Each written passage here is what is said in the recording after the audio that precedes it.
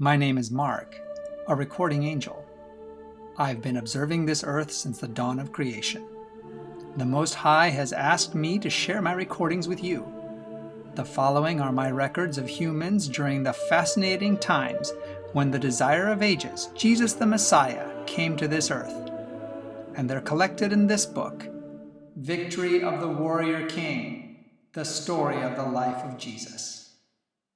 If today's recording contains situations which might be uncomfortable for younger listeners, I will mark the video with the words parental guidance recommended. Mark, Judean Desert. While I was neither assigned to be his recorder or his guardian, I was allowed to follow and observe as the Son of the Almighty left the river and headed toward the Judean wilderness. Many during this time period believed the desert to be a place where spirits constantly battled, and certainly this time it would be just such a place. My fellow immortals and I watched with amazement as our Creator and our King, the Son of the Most High, suffered extreme heat, hunger, and thirst, as he spent all his time in prayer and preparation for the task ahead of him. We longed to relieve his suffering, checking continually with the command center to see if we were allowed to bring him food and encouragement. But we were not. To our horror, he struggled with doubts and difficulties, both mental and physical. For 40 days of human time we waited. Finally, his preparation was complete. He was ready to start his ministry, but his body was on the verge of collapse. Suddenly, our arch enemy chose to reveal his presence. So far, he had worked all the temptation and suffering through his messengers. Now he planned to finish the job himself. He appeared as bright and glorious as any of us as he unveiled himself to Yeshua. The once Creator King, now a starving and emaciated human being, stared at the glorious angel. The tempter held bread. Its aroma wafted over to Yeshua, almost bringing tears to his eyes. "Yes," Lucifer said. "It's every bit as delicious as it smells. Would you like some?" Yeshua just continued to gaze at him silently. "I heard what happened down at the river," the tempter continued. "Very impressive. So, if that's really true, and you really are the Son of God, which seems rather unlikely, judging by your present physical state, why don't you just turn these stones littering the ground into bread? Surely you'll be unable to do whatever mission the Almighty has in mind if you starve to death and don't make it out of the desert here. It would pretty much put an end to the plan, wouldn't it?" Then he laughed. "Eating is not the most important thing in the world," Yeshua replied quietly. "My Father is quite able to take care of me and execute his plan without me abusing my power selfishly." We all were aware that the enemy is unable to read human minds, although at times he claims that ability. Indeed, he has watched humans since he tricked them into joining his rebellion, and has a good idea of their personality and character. From their facial expressions, he can guess pretty well what they are thinking. In addition, he can project thoughts and pictures and images into the human mind, and this is what we observed him doing next. With Yeshua, Son of the Almighty, already in a weakened condition, it was not difficult to make it seem to him that he and the rebel were standing on the pinnacle of the temple, just above the steep wall that fell away to the Kidron Valley. It was such a height that a fall would be fatal. "If you're really the Son of God, as you would have us believe," the enemy said, "why don't you just jump? If you are the promised Messiah, God will have to rescue you. And that will be good for you and good for your ministry, because then everyone will see and know that you are the Messiah. You won't have to spend years trying to convince them. They will believe you and just follow you, completing God's plan much sooner." Yeshua's forehead wrinkled into a frown. "It is written in the scriptures," he answered, "that we should not tempt the Lord our God. Jumping from here would be foolish, and trying to force him into a situation to prove something is hardly submitting to his will. After a brief silence, the enemy took Yeshua to a high mountain and showed him the whole world. Then he said, in a friendly tone, "You know, Yeshua, I really am on your side. I understand how hard it is to be sent to this particular planet. It's a depressing place, and I've been here longer than you. But I understand how things work here, and I am on your side. If you will just bow and swear allegiance to me, I'll take care of things for you." "Take care of things for me?" Yeshua echoed. "Sure. I can give you all the power you need. I have control over everyone in the high places, in government, and in the Judean resistance. Together we could take care of things, and I could make you the ruler of this planet with very little difficulty. Your life would be much easier. A lot easier than the plan you seem to be following right now." All of us watching were furious at what the enemy implied, in addition to being angry that he would pick a time when the son of our king was at his most vulnerable. Yet, we needn't have worried. Yeshua had no intention of bowing to the rebel. "The scriptures say that we should worship the Lord only, and he is the only one I will bow to." Shaking with rage and humiliation, the enemy vanished. For a second we gave cheers of victory, then suddenly lapsed into silence as the Son of God fell to the ground. Pale and blue about his lips, he appeared to be dying. All of us again flashed messages to the command center. "Can we help him? We're right here. We're ready." I received an affirmative. Me, a lowly recording angel. Although not one of the warriors or the guardians, I still received this tremendous honor. Immediately I materialized and rushed to his side to comfort him with the affirmation of his Father's love, the assurance that all of us were triumphing in his victory. Heaven allowed several others also to gather about him, giving him food and water and nursing him back from the edge of death. Never will humans fully understand what he went through, enduring every test that they will ever encounter, every temptation or trial that they might ever imagine, and more. And he emerged the victor. No human will ever be able to say that he can't understand what they endure, because he can. And every human will be able to gain their own victory through submission and faith in God, even as Yeshua, Son of the Almighty, did. They can just use the name of the Lord. The enemy will tremble and flee before even the weakest soul who calls out that mighty name for help. How comforting it must be for them to know this, and what an honor it was for my companions and me as we fed him and cared for him that hot afternoon in the Judean wilderness. It is a day I will never forget. Rachel, Cana. "Mary, how wonderful to see you," Rachel cried as she flung her arms around her friend. "It's been so long." Her friend's eyes filled with tears. "Oh, I'm sorry, Mary. I know that the past few years have been painful for you. It must be hard without Joseph." The tears spilled down Mary's cheeks. "It is, but Yeshua has been such a comfort to me.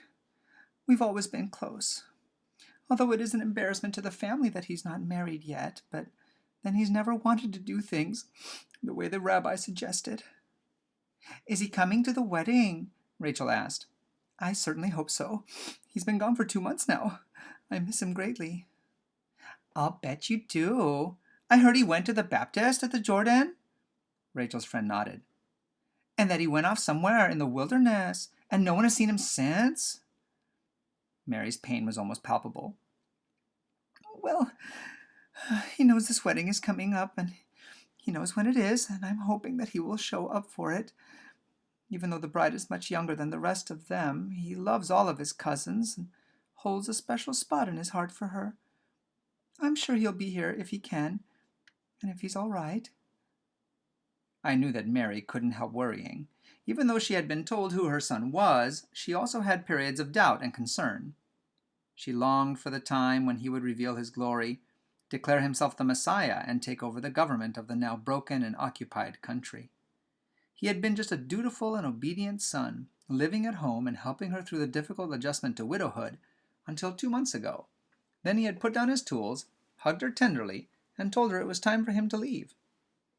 His siblings were relieved that he was at least doing something. After all, a man of his age should have been married and producing offspring by now. Yet he had been content to work in his father's shop and care for his parents. Mary sighed and thought, Joseph, if Yeshua really was the Messiah, couldn't he have done something to help his father? He had been a good husband and loving father to him.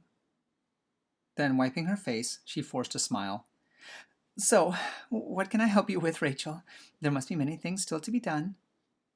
Rachel laughed. Come, let me show you what I've been cooking. At that moment, she glanced down the road and, covering her mouth with her hand, squealed, He's here! Oh, he's coming up the hill right now, and he's got several friends with him. My son? Mary asked, her face shining with joy. Rushing toward him, she hugged him tighter than she ever had before. Oh, Yeshua, I'm so glad to have you here. I'm so glad you came to the wedding. Oh, you look... She paused and studied him. He didn't seem the same.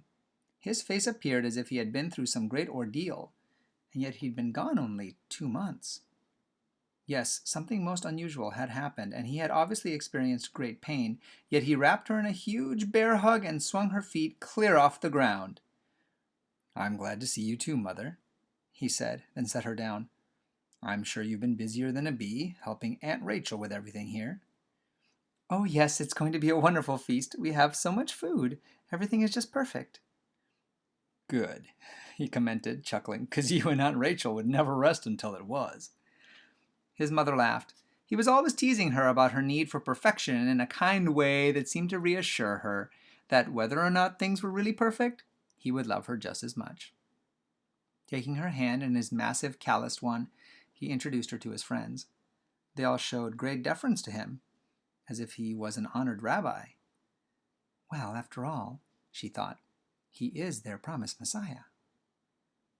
Afterward, the little group proceeded into the courtyard of Rachel's home to prepare for the party. A couple days later, I stood by watching as Rachel sobbed into her towel just outside the kitchen courtyard area. Oh, what a humiliation, she wailed. What will all the guests think? All the food is perfect, and we have so much, yet we've run out of wine. What are they going to drink?